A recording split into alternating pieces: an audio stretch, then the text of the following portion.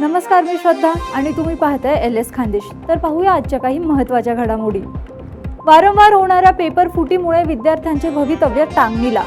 माजी मंत्री पद्माकर वाळवींचा सरकारवर घणाघात, काँग्रेसतर्फे राज्यभर तीव्र आंदोलनाचा इशारा। जळगाव जलजीवन मिशन योजनेच्या ठेकेदारांचा थकीत बिलांसाठी पाण्याच्या टाकीवर चढून शोले स्टाईल आंदोलन। काम पूर्ण होऊन 2.5 वर्ष उलटली तरी शासनाकडून पैसे मिळत नसल्याचा आरोप। 2 जुलै रोजी देशभरात 24 कॅरेट सोन्याची किंमत वाढून 1,40,920 रुपये प्रति 10 ग्रॅम, तर मुंबईत 10 ग्रॅमचे दर हे 1,40,770 रुपये।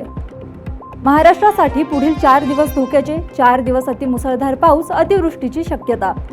रणबीर कपूरच्या रामायण चित्रपटाच्या शूटिंग दरम्यानचा एक व्हिडिओ सोशल मीडियावरती तुफान व्हायरल।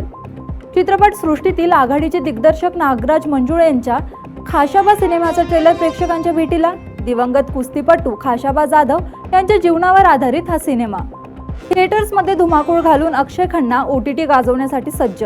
अक्षय इक्का या कोर्टरूम नाटकात झळकणार। पाचोरा जळगाव कुरंगी गावात अवैध दारूबंदीसाठी महिलांचा एल्गार। दारूमुळे कुटुंबे उद्ध्वस्त, कौटुंबिक छळ वाढत असल्याचा आरोप। 8 दिवसात दारूबंदी न झाल्यास उपोषणाचा इशारा।